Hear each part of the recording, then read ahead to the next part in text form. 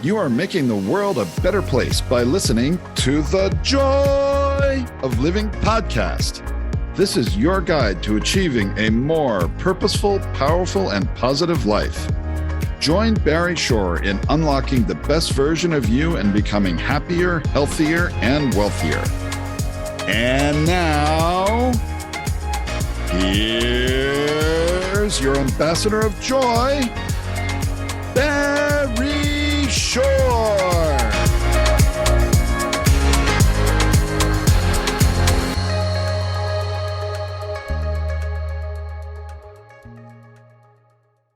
Good day, beautiful, bountiful, beloved, immortal beings, and good-looking people. Remember, you're good-looking because you're always looking for and finding the good, and we have good in abundance, good overflowing, and it's all directed towards you.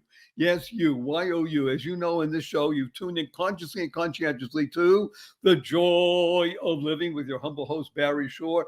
And you know that on this show, we discuss the three fundamentals of life, and they're all oriented about and around you becoming the best you possible, because when you're the best you make the world a better place. You bring more joy, happiness, peace, and love because you build bridges of harmony. So we're going to discuss today with, by the way, you should know you're being joined right now by approximately 353,722 people around the world, all tuning in to the joy of living, because you know that in this show, we discuss the three fundamentals of life. And we have people, in this case, an amazing person who will bring benefit to you.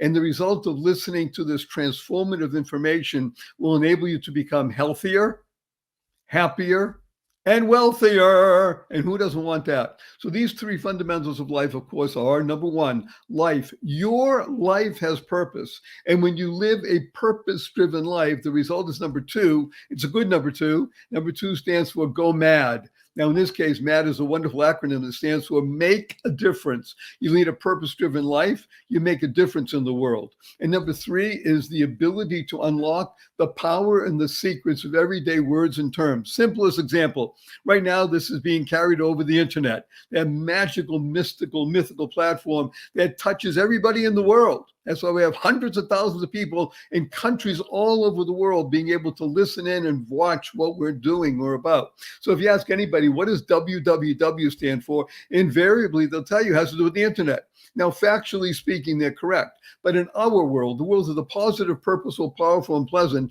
WWW stands for what a wonderful world. And what is a word, right? W-H-A-T-A, what a wonderful world. And when you hear the opening bars of that song, thank you to Louis Armstrong Satchmo for enabling that song to go viral and touch not just tens of millions or hundreds of millions, but billions of people around the planet. What do you do right away when you hear that song? What a wonderful world. You can't help you smile. Now, smile is one of the most important words you'll ever internalize, utilize, and leverage in your life, because SMILE is an acronym that stands for seeing miracles in life every day, every day. Now, just before COVID, and by the way, we're getting through this. The masquerade is going to be over. You're going to be able to do things again in person and hug and do, and it will all be gone. It'll be a year or two, will be a bad memory. Maybe even not a bad memory, just a memory. And I was speaking to a group of about 5,200 people in the audience, and I'm telling the story about Barry Shore, and I'm talking about seeing miracles in life every day. I have people raising their hands and say, hey, Barry Shore, I've been up for hours already. I haven't seen any miracles. And I asked them, are you here? Can you hear? Can you see? Can you stand still? I can't do that. Can you walk? I can barely do that. Do you have water to drink, food to eat, a place to sleep, family, friends? Every single one of those is a miracle. What's the simplest proof? Simple proof. 1 million people didn't get out of bed this morning. You know why? They died. By definition, if you're watching, you're listening, you didn't. Therefore, you have an obligation to live exuberantly. Now, imagine the following. Standing up in the morning, hale and hearty, able to leap tall buildings in a single bound, and that evening being in the hospital, totally, completely paralyzed. Not for an automobile accident, not a spinal injury. A rare disease took over my body, and rendered me a quadriplegic. Overnight, 144 days in the hospital, 2 years in a hospital bed in my own home. I couldn't turn over by myself. 4 years in wheelchair. I had braces on both my legs, my hips to my ankles. That was progress. Thank God today I'm able to be vertical and ambulatory with the help of a 7-foot walking wand, but I still can't walk up a stair by myself. I can't walk up a curb by myself. And I have help 12 hours a day, 7 days a week. But you hear my voice. Positive, purposeful, powerful, and pleasant, all because of that one word, smile. Seeing miracles in life every day. I can tell you a quick story. My 8-year-old niece comes over to me a few weeks ago. He says, Uncle Barry, can we spell smile S-M-I-E-L? And I thought about it. Sounds the same. I asked her, how come? She says, because then it would stand for seeing miracles in everyday life. Out of the mouth of babes. Wasn't that wonderful? But what was she doing? She was creating the kind of world she wants to live in. Now, CREATE is a wonderful acronym that stands for causing rethinking, enable all to excel. Rethinking is the key to life. Neuro-linguistic programming, the ability to choose your response in any given situation. The 6 most important words you'll ever listen, learn, and internalize are choice, not chance, determines your destiny. Choice, not chance, determines your destiny. So the ability for us to use our brains, 100 billion brain cells. We have 120 trillion synapses connecting them all, and they're there for more than deciding what kind of latte you want this morning.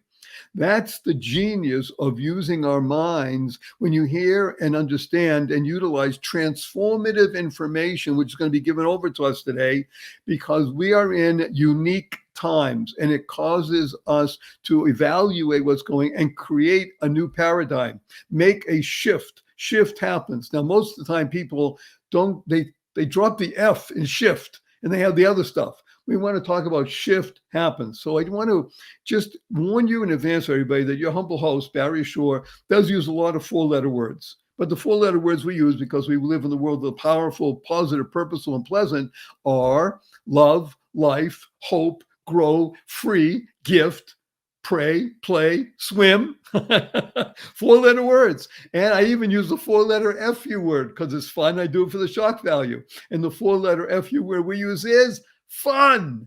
Fun, yes. F-U, capital N, capital N. Now people are raising their hands saying, hey, Barry Shore, fun's only spelled with 3 letters. Not in our world, the world of the positive, purposeful, powerful, and pleasant. Fun is spelled F-U, capital N, capital N. So after the show, when you see your family, your friends, you have a smile on your face, a twinkle in your eye, point your finger and say, F-U, everybody. Remember to add right away, capital N, capital N. I say, where'd you get that? I said, I listened to The Joy of Living with Barry Shore, and he wants to teach the world to F-U, capital N, capital N. Now, before we bring on our host, you're going to hear a lot of information, a lot of statistics, a lot of stuff happening. You don't have to write it down. I want you to just lean in and let it flow through you, around you, and in you. So all you have to do is go to my website, www.whatawonderfulworld.barryshore.com. All the information that Peter is going to be sharing with us today will be there. And there's lots to be shared for you to utilize. We are in trying times. You will be tried. Now, before we bring on Peter Nolan, this amazing being who I honored to call friend, I want to urge everybody to do something that's going to help you, your family, your friends, and the entire world. And that is to use the 2 most powerful words in the English language 3 times a day, consciously and conscientiously, from now forward, the rest of your life. That's right, the rest of your life. And these 2 words are, thank you, thank you, thank you. Thank stands for to harmonize and network kindness. The Dalai Lama has been quoted as saying, I read in his writing, be kind whenever possible. As he said, it's always possible. So imagine going back into your coffee shop, order your fancy latte, and you sit down, somebody brings it to you. You say, thank you. You go in the coffee shop, you order a fancy latte, a few minutes go by, nobody brings it. You go to the counter and they say, oh, I'm sorry, we forgot, we're busy. We'll bring it to you. Sit down, a few more minutes go by, you still say, thank you. You're walking out of the coffee shop. It's raining out. Somebody holds the door open for you. You say, thank you. You're walking out of the coffee shop. It's raining out. Somebody slams the door on you. You say, thank you. You're stuck in traffic. You're late for an appointment. Somebody cut you off. You say, thank you. You get up in the middle of the night. You stub your toe and it hurts.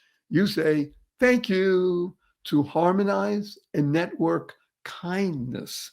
Kind stands for keep inspiring noble deeds. There's nobody that I wish to share with you that inspires noble deeds at this unique time in our history in the United States, our economic history, and therefore affecting the entire world, than the most remarkable, wonderful two-legged being named Peter Nolan.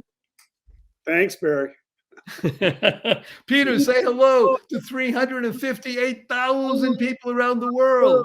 Hello to 358. Probably now it's 357. They know I'm on. He has a deprecating sense of humor, and it's one of the reasons I love him. I want to do something. First of all, this is the third or fourth time Peter has been on the show, and every time we have a lot of comments because Peter is privy to information that very few people have, and for great reason. It's not because he's a member of the Bilderbergers or whatever that's called. He's not a Rothschild, and he's not even a part of the Biden administration or the Trump administration. He is a hardworking, dedicated public servant working in private equity, which means he's a capitalist through and through in the most positive sense, because he's here to build wealth for everybody that's involved who works with him. Now, I want to make mention of three important aspects of Peter. Number one, he runs his own family office as well, which means he invests his own hard-earned money in businesses for long-term investment. This is very important. He's not just helping other people place their bets and do things. He puts his own money up in large numbers. That's number one. Number two, he gained this experience over 35 plus years as a managing partner and now a senior advisor to a group called Leonard Green Partners, which has raised over $50 billion in assets since its inception. So you're dealing with large sums of money from major places, sovereign wealth funds, institutional investors, et cetera. So you better be not just good, but great at what you do. And number three, in my humble opinion, the most important, Peter is a husband, a father, an Eagle Scout, former Eagle Scout, a friend, and a great guy. And in this particular circumstance, a concerned citizen. And that's why I've asked him to come and speak to us about what I call, do you remember the 1970s? And I'm not talking about bell bottoms or John Travolta or disco dancing. We're talking about what I call the four horsemen of the economic apocalypse. So those who know anything about the Bible, the four horsemen of the apocalypse are conquest, war, famine, and death. Not what you call everyday around the table family discussion. The four horsemen of the apocalypse, economically speaking, are inflation, deflation, confiscation, and devastation. We may be in the beginning stages of large inflation, and inflation is one of the four horsemen of the apocalypse. We're very au courant, Peter, because just a couple of days ago, what is the name? Jack Dorsey, the founder and CEO of Twitter, which has hundreds of millions of people that access his company and listen to his voice to some extent. He made a pronouncement that hyperinflation is here, and you better watch out, everybody, because it's going to be an economic ruin. So I just want to have us jump right in and speak, and have Barry Shaw speak less, listen more, and ask Peter, you know what's happening in the world. Talk to us about inflation and what you see beginning to happen in our country vis-a-vis economic supply of money and et cetera. Well, yeah, thanks, Barry. I think to directly answer your question, it's a little bit like the coronavirus. Remember when it all started? They said put a mask on for 2 weeks and it'll be over, and then it was put a mask on and our hospital, because our hospitals are becoming overwhelmed, and now we're sort of in the never-ending put a mask on. It's funny. I happened to go to the Rams football game in LA yesterday, For those of you that haven't been to the SoFi Stadium, I highly recommend it. It's one of the wonders of the world. It's just a unbelievable facility. But everyone had put a mask on going into the stadium, or kind of had a mask on. But if you were eating or drinking, which almost everyone feigned that they did, no one had a mask. So I call it the bib of compliance. It's like, it's you just sort of have this bib on that, and no one cared. And when everyone sat in their football seats, they didn't care. But still, I don't know how many people were at that game, 50,000 people in LA. Which is about as regulated a territory within the U.S. with respect to COVID, but almost no one had a mask on. So, with respect to inflation, the one thing I try not to do is listen to the people in Washington too much. Warren Buffett has an old saying about Wall Street where people show up in their Rolls Royces to get advice from people who ride the bus. Well, the people that I probably spend the least amount of time listening to are the people that are in the government that are going to tell us what's going to happen with inflation and what's not going to happen with inflation. And maybe you should listen to Elon Musk or Jack Dorsey a little more carefully than you should be listening to the Fed. They have been consistently wrong on this inflation. Inflation is happening. Inflation is here for now. I don't see anything that's going to make it back off.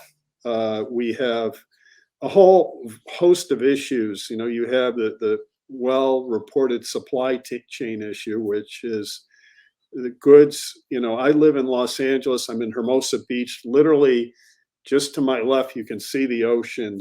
And they've actually taken the container ships and pushed them 26 miles away to the other side of Catalina Island, so that people in LA can't see the 100 ships that are waiting to unload goods at the port of Los Angeles. And that's how our governments work. It's the reality is that goods from overseas, which are critical to so many businesses, cannot unload here. But the government people want to keep it hidden from you. They don't want you to be, it's like the Wizard of Oz, pay no attention to the man behind the curtain. But that ultimately will correct itself. What's not going to change is the pandemic, and more importantly, the government actions as a result of the pandemic have in fact inflated wages pretty significantly. And I don't see that as transitory. If you're, let's say you were someone working in a factory or in a grocery store or in a restaurant, and you're making, pick the number, near minimum wage, so you're making, call it $11, $12 an hour. Now you're making $15, $16, $17, $18, $20 an hour. It's near impossible to go to that individual and say, well, you're making $20 an hour, but we're going to take you back down to 12. It just, wages are very, very sticky. And you could argue, I think a politician would argue, well, that's a good thing. And maybe it is, but the wages are going up not because the economy is booming, but that a lot of actions have constrained the supply of labor. The price of labor has gone up because the supply is constrained. Now, why is it constrained? It's constrained for a number of different reasons. One is that a significant number of people have left the workforce, and a significant number of people have rightly concluded that they're better off not working and receiving meaningful benefits than making a couple bucks extra by working full time. And so labor is in short supply. Literally today, Exxon announced, the very large oil company, that they're going to significantly be increasing wages because they're seeing too many people defect. I think that the whole pandemic shutdown has made people rethink their priorities and rethink what they do for a living. maybe that's not a bad thing, but what it's done too is it's made it easier for people to decide to leave the workforce. So we have all these things happening at once, and for now, I don't know. We talked about inflation last time, and I think Barry, I said last time I didn't see that it was transitional. I'm still maintaining the same thing. I think inflation is going to continue, and you referenced the 70s, which is, I was in college in the 70s, started my career. I graduated college in 1980. So I'm not as old as you, but I'm older, and it is there are some flashbacks where, yes, the economy is coming back, but we had a blunt force shutdown as a result of the pandemic, and it has to come back. Otherwise, you would have had just a worldwide depression. So that's how I see where we are. Let me unpack some of the things that you mentioned, because I have tried to really prepare for this, because I do value your insights, your time, and what it is that you do as a wealth creator. And you don't do that in a vacuum. You do it with other people. And therefore, you're not riding a bus along with other bus riders to talk about wealth. Not that you're riding in your Rolls Royce, but the point is that you're working in tandem with teams of people who are concerned not just about today, but about the future. I'm going to make a mention of something I wrote down here, and you said it wonderfully, Peter. Inflation I wrote this, is like COVID. If it gets loose, it will dominate our politics, which I think is just beginning to happen. I want to share with people some numbers, because numbers do speak a lot. As we say in government speak, liars can figure, but figures can't lie. Remember that one, Peter? Yeah.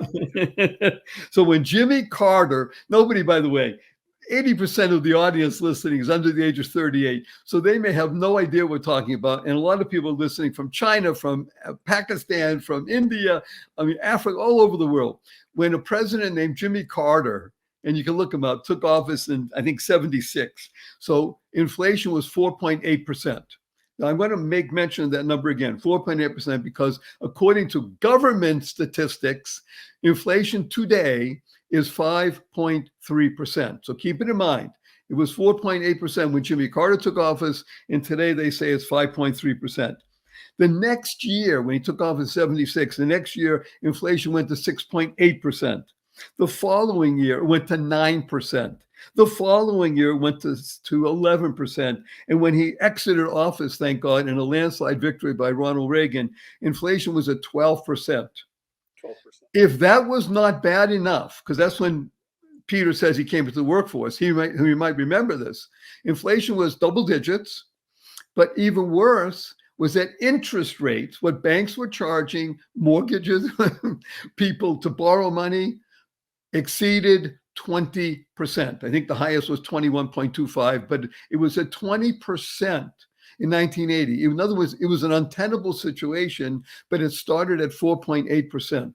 So you have this double whammy of inflation rising and not being cognizant of the bond market. The then government of Jimmy Carter put a kibosh on interest rates and enabled them to rise, because banks were afraid to lend money against rising inflation. They had to hedge themselves, or else when they go out of business, it hurts everybody.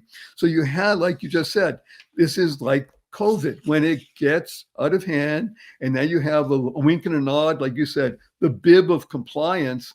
It's not going to stop this stagflationary process that hurts everybody. I'll make mention of something that my father taught me this when I was younger.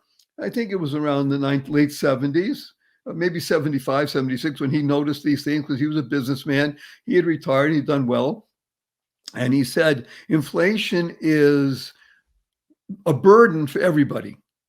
It's especially horrible, he said, for poor people, sick people, and the aged. Because People inflation, on fixed income. I'm sorry? If you're on fixed income. Yeah, because, and that's what elderly people are. People over the age of 65, by and large, by the way, are on some sort of fixed income. I don't care if it's a larger pension or a smaller pension, but it's fixed. And by definition, as inflation rises, your ability to buy goods and services declines. And if it declines in double-digit proportions, even 10%, oh, no, it can't be. Oh, yes, it can be, because it can go higher than that. Then every time you spend money, you're getting less in return. So it also is bad for poor people. People of means will always do well, but it's still, you're running on a revolving cartwheel. So I want to go back and ask you another question in the same vein, and that is that we've heard this before, Peter, you and I am older than you. This time it's different. You ever heard that before, Peter? Every time. Thank you. So you, as a wealth manager, because that's really what you do. By the way, wealth is a nice acronym. It stands for we all touch heaven. It doesn't matter how you measure your wealth, whether you measure from your bank account or you measure because you have family or you're healthy, et cetera. Well, we all touch heaven. What is it you want to do with wealth? How do you manage your wealth? So, Peter, this time it's different. What say you? Well, I would say to that, there's an old saying that history doesn't repeat, but it rhymes. And so there are a lot of lessons from the past. And right now, what you have is look, if you go out and buy a 10-year Treasury security, you lend the US government money for the next 10 years. Right now, at this very moment, the government will pay you 1.6% interest, 1.6% interest. Now, if you hold a dollar today, and if inflation continues at 5%, let's say, in a year that dollar is worth 95 cents. So if you have the government willing to lend you money at 1.6%, but your purchasing power declines by 5%, you're going to struggle. You're losing money by investing, and that's why people are. It is so interesting, given the inflation that we're seeing, how the Treasury market has not yet responded. Interest rates, basically, real interest rates, if you will, are negative because of inflation. And so if you have your money invested in a bunch of safe bonds, you've lost money every year as the price of goods and services that you want to buy with that money increases more rapidly than the return on your money by a big measure, by a wide gap. And by the way, anyone that's gone out and bought gasoline, anyone that's gone out and bought certain products in the grocery store knows that inflation is much higher in certain categories than the 5%. So I think that's the reason. Two things. If you look at what markets are doing well, the stock market's doing well. And why is the stock market doing well? Well, because there's really no other place to chase return. And we are in a recovery from the shutdown. And therefore, businesses are going to report increasing earnings. And the market tries not to look at tomorrow, but it tries to look at 6, 9, 12 months, even longer than that. So there's an expectation that earnings will continue to rise. I expect that as well. And that's one of the reasons the stock market continues to do well. And then interestingly enough, cryptocurrencies have done really well because they're viewed as a hedge on inflation because, the government controls the supply of money. The government doesn't control cryptocurrency. And they want to, though, and they probably will, but they don't yet. And so a lot of people that are worried about the dollar worried about government money, worried about government printing more money, are looking to crypto. Look, that's a whole separate discussion, but to some degree that seems to make some sense. I'm not saying I don't know what you're buying when you buy Bitcoin or Ethereum or any of the cryptocurrencies. I mean, I fundamentally don't know what you're buying. You could argue, well, but you may not know what you're buying when you buy dollars, and that's true. The other interesting thing is that the classic hedge for inflation's been gold, and gold has been kind of flat. Wait a minute. On that note, I want you to hold on that note. I just wrote it down. We're going to come right back after this brief message because we like capitalism. We have sponsors. People pay to be on this show because they know you love what they do. And we're going to be back right after this message. Stay tuned because there's more Peter Nolan on the other side of these messages, which are great for you. And as is Peter Nolan. Amazing. Thank you, Peter. We'll be right back. Good day, everybody. Barry Shore here. I've had the privilege of being involved in 5 startups in my career. And I can tell you categorically, working at a startup is unimaginably hard. And I wish I had what I'm going to be talking to you about now. It's called Notion, Notion. Because having one spot to organize everything and work as a team makes it much easier. All your notes, your documents, your projects, your processes, your tasks. I mean, it's great. Don't you wish you could have one way to pull them all together? Well, now you can. For startups, Notion can provide a full-on operating system for running every aspect of your company, keeping everyone aligned as you grow fast and take on more. If you're interested, and I urge you to become interested, and you want to find out more, Notion is running a special offer just for startups. You'll get up to $1,000 off Notion's team plan by going to notion.com/startups. Notion.com/startups. To give you a sense, that's almost a year of free Notion for a team of 10. Again, that's notion.com/startups to receive up to $1,000 in free credit to use Notion with your team. I urge you, do this now. That's up to $1,000 value when you go to notion.com/startups. Do it now. You'll be glad you did. You'll thank me, and I wish you great success. Imagine the kind of place you would want to shop for your favorite fur baby pet. HonestPets.co. Well, you found it. HonestPets.co. Not .com, .co. This is your go-to spot for the best, the cleanest pet treats that exist anywhere on the planet. All of the brands go through a rigorous review to make sure they meet the high standards of cleanliness, health benefits, and naturalness. This site was started by a husband and wife team, and it's veteran-owned, and that care about pets, especially dogs and cats, and coming soon, bird treats.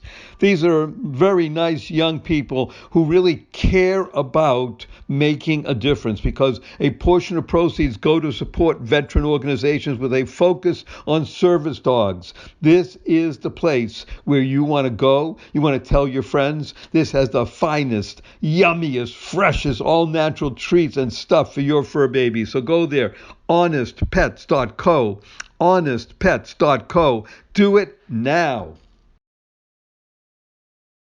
Good day, beautiful, bountiful, beloved, immortal beings, and good-looking people. Remember, you're good-looking because you're always looking for and finding the good, and we have good overflowing. A person named Peter Nolan who is sharing with you transformative information. Peter already mentioned to us about the Great Reset, about wages going up, and therefore not going to be coming back down again because you will not be able to entice people if you're paying them out $20 and say, yeah, in a couple of years you should be working for $12, unless, of course, there is a big downturn in the economy. which you could happen. He's also talked about the government is right now trying to keep things hidden. 100 container ships off the port of Los Angeles, just Los Angeles alone, and each container ship may have 1,000 containers on it, and they're talking about that supply chain as being choked. And we're also talking about the ability of the government to pay you 1.6% interest on a 10-year note. Yay! Except that inflation is 5.4% now. That's just in the past 12 months. So by definition, if you do that, you lose money. Who wants to do that? So we are in a very interesting discussion here. We just left with about the great question I was about to ask Peter. He's talking about cryptocurrencies, which are truly crypto, because who knows what's going on, versus gold, which is a traditional hedge potentially against inflation because people understand it, people know it, or they think they do, and it's something that's tangible and real. And yet you see that it's not the case today. Matter of fact, the famous Bitcoin has soared from $20,000 at a low about 8-9 months ago to over 60,000 today. So it's tripled in value, and yet one never knows what it is, where it's coming from, what you have versus what something is. And I think part for me, Peter, is that the dynamics that are driving marketplaces today, you mentioned this in our last time together, that there are millions of people, younger people, call them, let's say, under the age of 30 or under 35, who have some money. They may not have, let's not call them millionaires, let's call them people with, let's say, from $1,000 to 10,000, who are becoming active in the marketplace, a la Robinhood or crypto or anything like that, and feeling at this time, it's different, even though they didn't know about the other times, but feeling new vibrations out there that they are in control. And I think that's a driver in the marketplace personally. And now the people in the know, call it for want of a better term, who don't know anything, but they see a trend, they want to be ahead of it, are now sort of jumping in. You have everybody from the Blackstone Group and people like that, and banks and Goldman Sachs talking about crypto, but it is crypto. So let's talk about crypto versus gold. If you're going to do something with some amount of money, let's call it $20,000, would you consider either one of these as a hedge against inflation, or would you simply not even consider either of them and do something else? Well, I look, crypto's fun. Can you turn up your volume just a little bit? Can you hear me now? Now, yes, better. Crypto is fun. It's fun to it's fun to basically invest in it. It's for those that basically are very deep into online chat boards and the internet. It's an exciting security to buy. Lately it seems to only go up, but it is. I cannot point to anything fundamental about crypto. So you take the dollar, I can point to fundamentally it has a full faith and backing of the US government, subject to manipulation. Gold has basically, gold is probably one of the longest reserve currencies. Our dollar used to be convertible into gold, and then governments decided many years ago to uncouple from gold, which allowed governments to print money.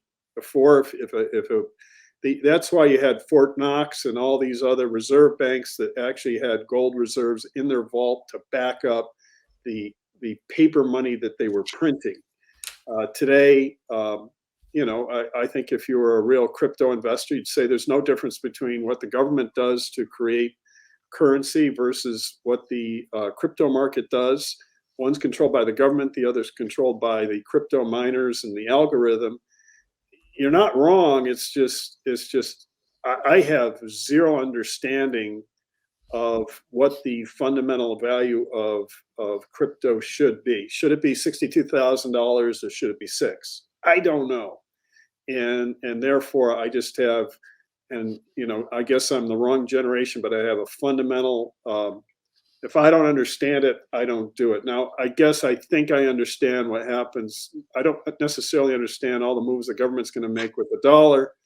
I don't necessarily understand where the price of gold's going to go, but I'm just more fundamentally comfortable with, for example, gold as a hedge against inflation than I am with crypto.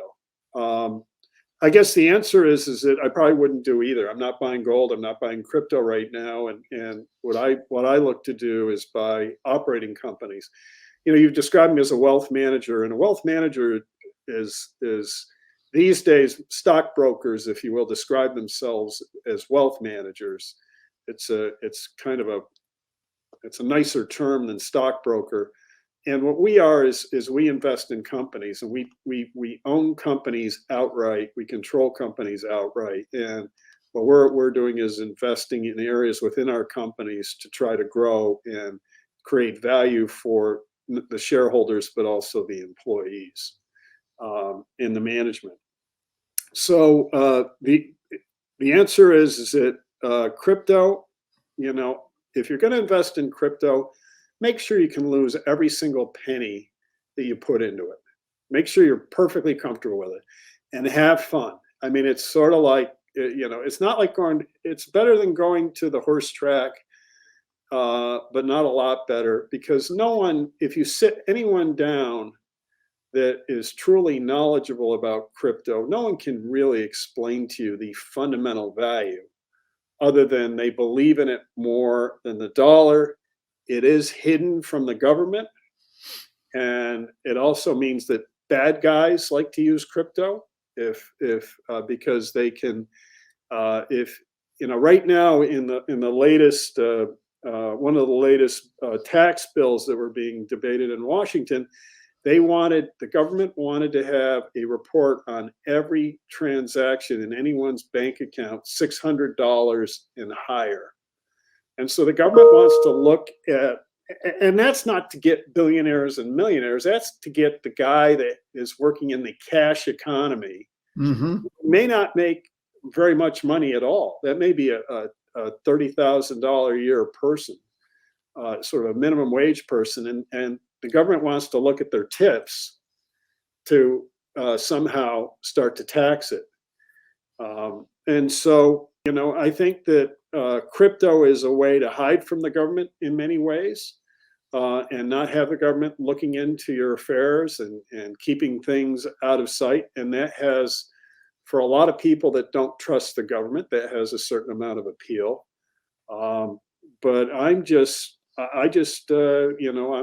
of a different vintage, and I just don't understand it. So I don't do things I don't understand. Thank you for that.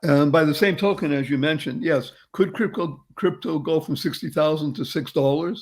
Absolutely. There are at least half dozen items that we can point to in history over the past couple hundred years. One of the great ones, his name was John Law. People should look this up, because John Law was in France, and he had the exclusive rights to trade in what France then controlled. They called it the Louisiana Territory. And at some point, he was issuing bonds that he was selling for, how should we say it, opening up the Louisiana Territory and realizing all the potential there in terms of minerals and such, et cetera. And in 1 year, I think it was the famous story, I think it went from January, I think it was 1782 or something like that, to December, the price of a bond went from, let's call it 100, whatever the currency was, livres in France, to 10,000. And people were going wild, of course, because people were making fortunes. But the only issue was the point that it was John Law he was issuing paper. Right. Well, here, look at this. I don't know if you can read this. Yes, we love this. Please tell everybody what this is again. This is a Zimbabwe $100 trillion bill. Okay. So what happens in a country like Zimbabwe is they get hooked on printing money to solve their budgetary problems. And so what happens is places like Zimbabwe become completely overzealous and they print so much money that it's not even worth the paper. There you go. There's, several thousand, $100 trillion bills, and it's not even worth the paper. And so that's one of the things that's frightening about monetary policy. And could that happen in the U.S.? Of course it could. I don't think it will, but certainly, politicians love to spend money, and one of the ways they can spend money without raising taxes is to print money, and they give it a name like quantitative easing, and other names that maybe the public doesn't necessarily grasp right away. Instead of saying, well, we're just going to print a bunch of money and buy stuff, and therefore put that money into circulation, which is what they do. And when you have that coupled with the very fundamental things that are going on out there in the economy that are causing prices to go up naturally, it can really affect the value of your investments. And so you really want to look at investments that protect you, and that's a lot of people. For example, you've seen the price of oil go up, of course, and you see that at the gas pump. You see the price of food go up, inflation at retail. Those are areas where you can hedge yourself against what's going on in this inflationary cycle. There will be a period of time where it will level off, but I think the economy will get challenged. And there's a lot going on right now that, you just can't raise all these taxes and spend all this money and not have it impact people's investments. And I think that's coupled with something that I'm going to say without maligning everybody, but I think it's true. It's certainly been true for me. I'm 72 chronologically. It's been true for me since I was 12 years old and I first entered the workforce as an entrepreneur, shoveling snow in Boston, Massachusetts, and leveraging myself and a few of my friends to make money. When it snowed and school was called off. Okay. And that is that I think the financial literacy level of people in the United States of America is abysmally low. I think if we did a survey and we asked 10,000 people, what is the rule of 72? I think that 99.2% of people would look at us with querulous eyes and say, I have no idea what you're talking about. And if you don't even know the rule of 72, which is that money doubles depending on the interest rate every 12 years, let's say 6%, if you made 6% on your money, or you had inflation at 6%, it would double the price in 12 years. That's the rule of 72. That number times 6 times 12 is 72. The financial literacy is so low that the government can do things, and again, obscure, as you mentioned, either by hiding ships behind Catalina Island, so they're out of view, and or doing things like I wrote this down because I wanted to make sure that I was expressing myself correctly. And I went to a number of different sources, and I'm going to tell you what I wrote down, Peter. And if you could just comment either yes or no, that'd be fine. But right now we're facing, and at the moment, forget Mr. Biden's policies and what he wants to have happen with additional trillions. But right now, the amount of money, the trillions that are in the system are such that there's an $8.2 trillion overflow in the economy. That's the numbers that are given. And what I wrote down for myself was that most spending by government is not about fixing any problem. It's about satisfying constituencies who want power over other fellow citizens.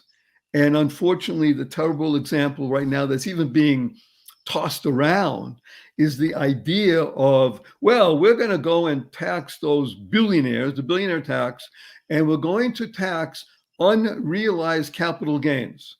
Right. If there was ever, I won't even call it an idea, if there was ever a lunacy that was proposed as potential policy, it's probably that.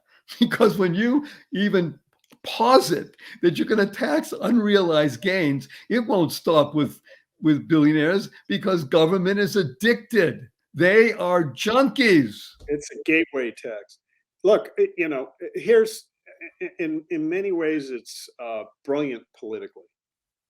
Let's tax Elon Musk and Jeff Bezos because they're ungodly rich, and you add together a few different high-end billionaires, and they have as much money in theory as the bottom 40% of the population in the U.S. combined. That's the argument, that they have so much money.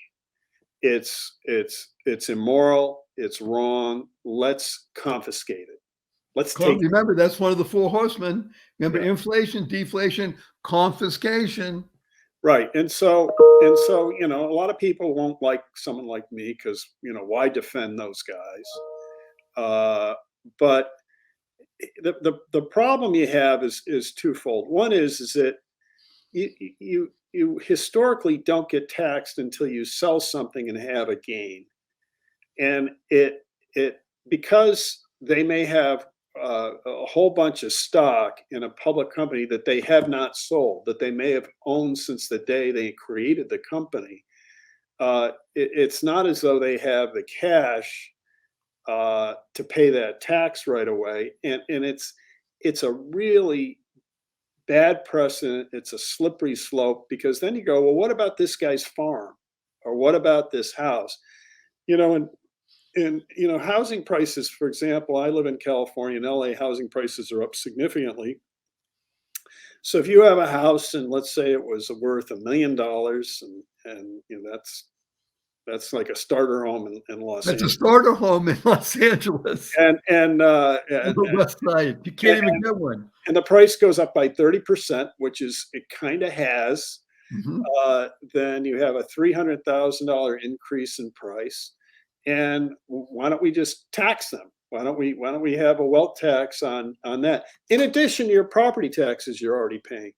And you can do that on so many different things, and it's going to cause conduct which is not in our interest. Look, if you look at, for example, how did we get out of the pandemic?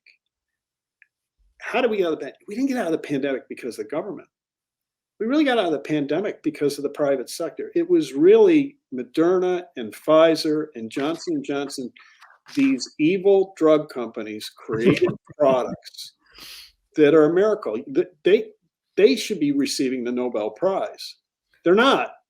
And yes, the government did something which I applauded, is they basically said to these drug companies, we're going to take away the drug development risk, and we're going to give you money no matter what happens, so you have no incentive to stop developing these drugs. And that's what saved us. It's not the mask, it's not the shutdowns, it's not anything else that's happened. It is basically the technological prowess of these drug companies.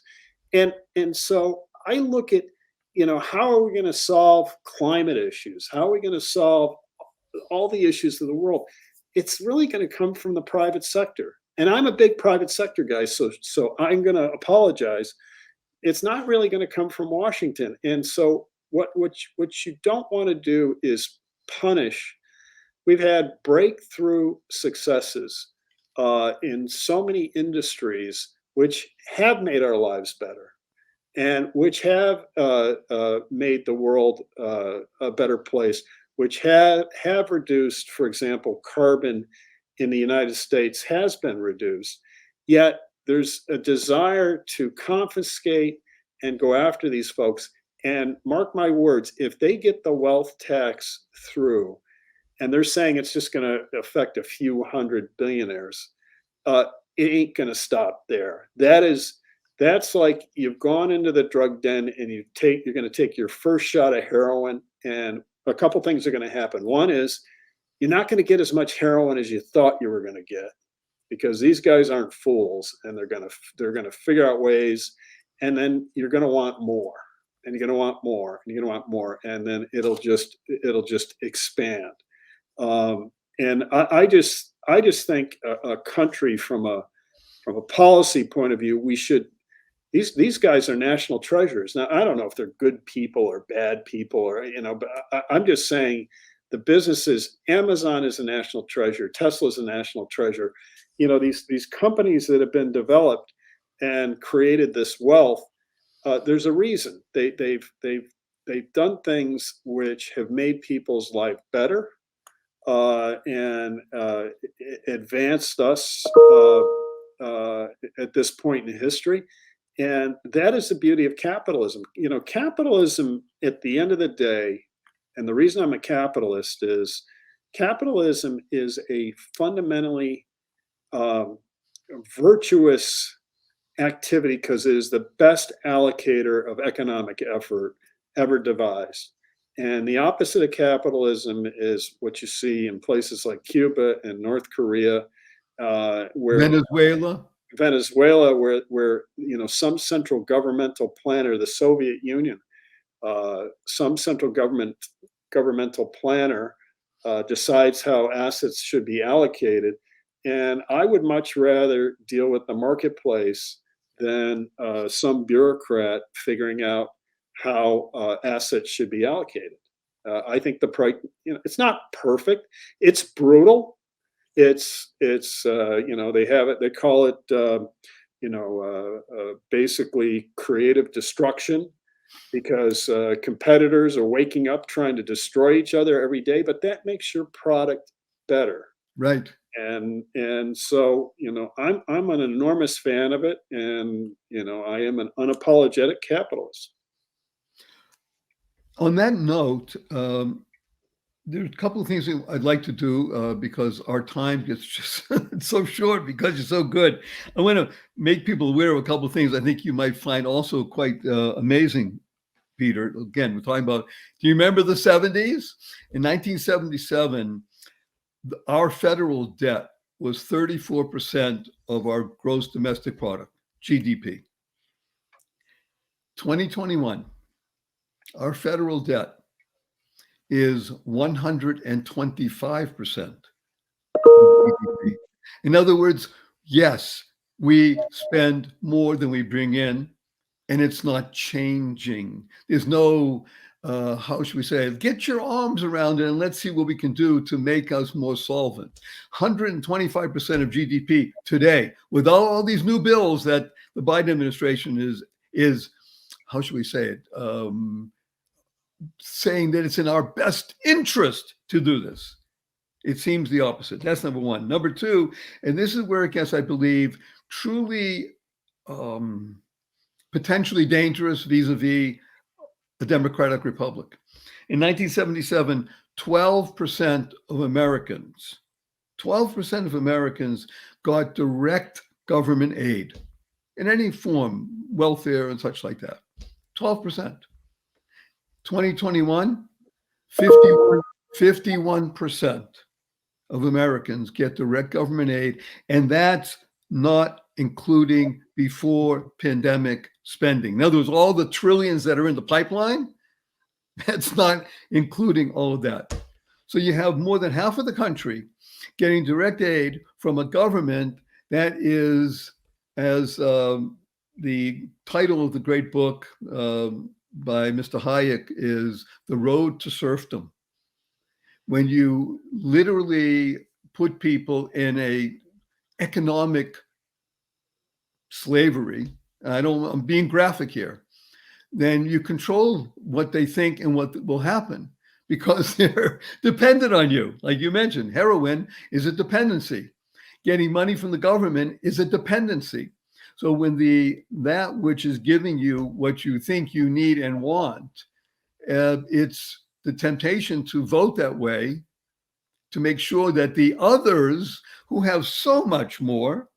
Now, by the way, when you mention the particular names, we know all the names, and they're not all men, by the way. There are a number of women who are billionaires as well. But the point is, not one of them used a gun or a missile or any kind of criminal behavior to build and create the entities that have not just enriched them, But as Bezos said so wonderfully one time when they asked him, "You look how much money," he said, "Yeah, and look how many millionaires I've made who were making $50,000 a year 10 years ago because they got stock options." And they're saying now, and Elon Musk, you mentioned about Tesla, he laughs a lot. I heard him on a private chat. It must have been about 3 or 4 years ago. He was laughing out loud. He says, "Everybody thinks I'm a genius. You know what I did? All I did was I brought back the electric car, which preceded the internal combustion engine." I said, "Duh, why can't we do that?" And you all think I'm a genius. And he was laughing. Right. Well, he made it work, right? There was Fisker. There's been other attempts at. Right. There were many attempts, but he made it work. But the point that you're mentioning, and it's so wonderful, that's the creative destruction of the marketplace. There were others trying it, but the ones that emerged are, Facebook had 20 different competitors before it became Facebook. So you're right. We're not talking about the people, good, bad, or indifferent. The marketplace, if it's given its opportunity, people will select and choose. Who knows? You get Trump with a new social media. Who knows if Facebook, imagine this, Facebook not here in 10 years? Unthinkable. But who knows? Peter's going to be with Barry in 10 years. It's thinkable. MySpace was Facebook before there was Facebook. And right. This is MySpace now. And that's the creative destruction. And my comments have nothing to do with the morality or non-morality of any of those people. It's just a general comment on I would rather have the marketplace allowed to function on their own, and I don't care if someone, I think it's really a bad thing to care if someone's successful. You should really focus on yourself and what you can do to advance your lot in life, and don't look at Bezos and his space flight and everything else and all the money he has or whatever he, all the value of his stock. My attitude is, so what? Right. He created a service, a business that we all now use and we like, and there's hundreds, if not thousands, of people that are in college or in Silicon Valley or Massachusetts or even LA that are trying to figure out how to beat him at his own game. Yeah. And I think that is a great thing. And, having the United States be the country where these businesses grow and flourish is an enormous asset to this country and the advancement of this country. And once you get to the point where you say, well, you've been too successful, so I'm going to take it from you, because for no other reason than you've just been successful, I think that is a very frightening prospect. And that's what happened in places like the Soviet Union, and happened in Venezuela, and happened. And one of the big differences, by the way, is that when you look at corruption, I mean, if you watch a movie, the bad guy is almost always a guy and a business person. That's the one that's the villain. Mm-hmm. We see out of Hollywood these days. But if you look at who the bad guys are throughout history, they are the corrupt leaders of governments. Mm-hmm. And so, I'm not saying every business person is a saint, and I'm not saying that every politician or government leader is a bad person. But, I think that there's this over-vilification of capitalism, and I find it, quite honestly, very frightening. And living in California, by the way, it's even worse. I mean, Tesla's moving out of California. Oracle moved out of California. Many people I know are moving out of California because it is a state that punishes financial success. How do they do that? They have the highest tax rates in the country, and they may go even higher. We may have a California wealth tax. Who knows? In the meantime, we can't even unload it. We can't even unload a ship here. By the way, I think it's not a maybe, Peter. I think it's a given. It's the nature of the beast. I call it the politics of envy.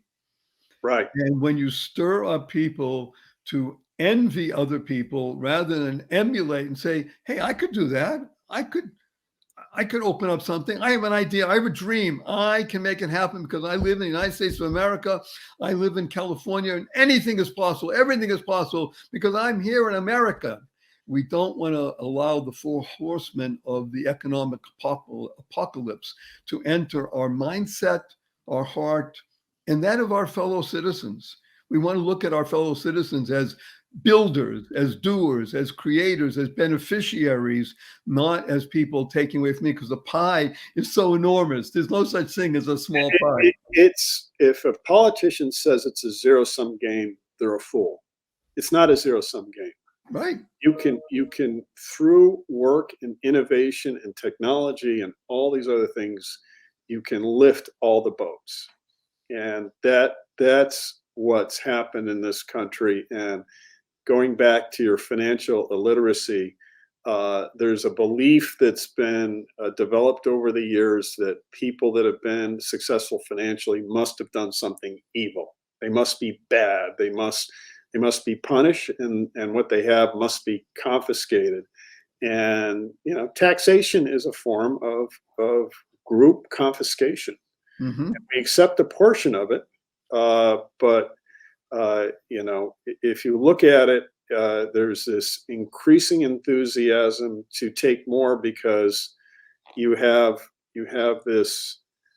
There is a wider gulf between the bottom strata of the economy and the top strata of the economy, and I attribute that mostly to technology.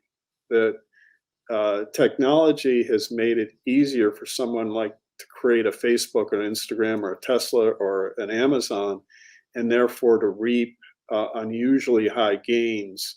And for the person that doesn't have those skills, it's just not going to happen the same way. And I think it's an interesting issue. There's still plenty of opportunity for everyone in this country. And if someone's willing to not live on the government dole, not become addicted to free money from the government, and get out and try to create businesses and work, there's a way to build tremendous wealth, as long as you're willing to work hard at it.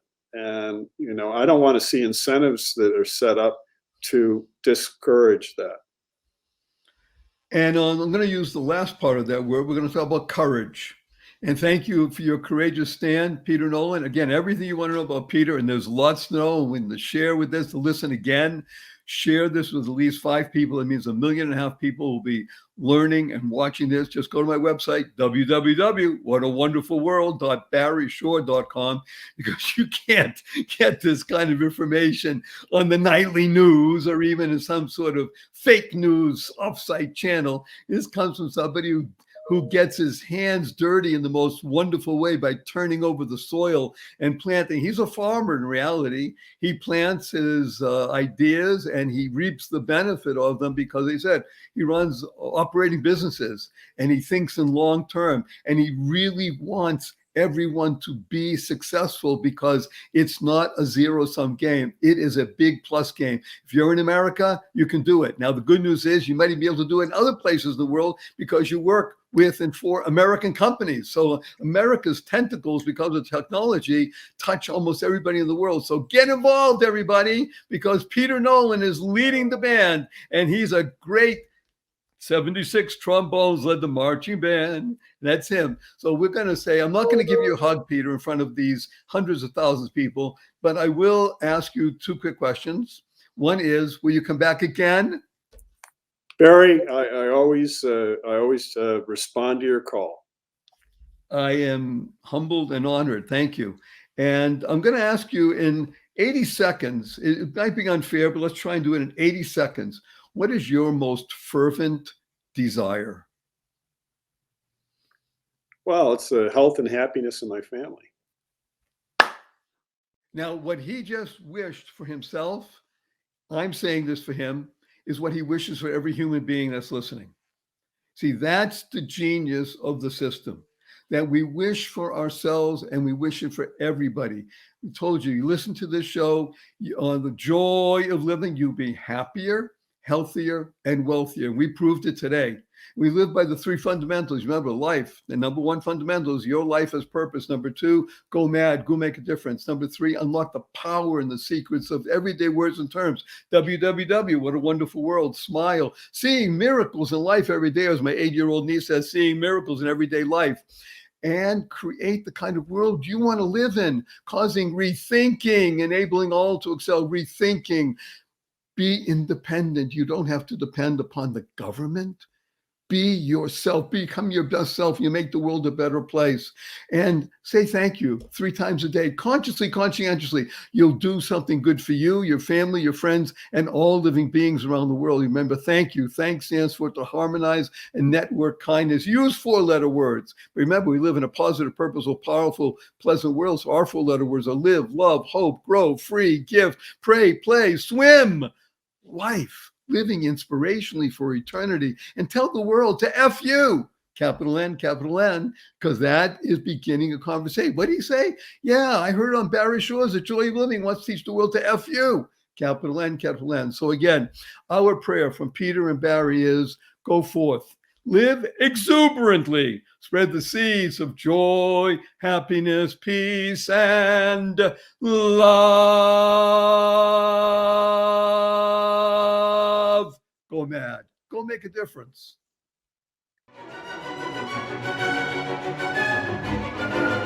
Thank you for listening to this episode of the Joy of Living podcast. Now that's another step towards your healthier, happier, and wealthier life.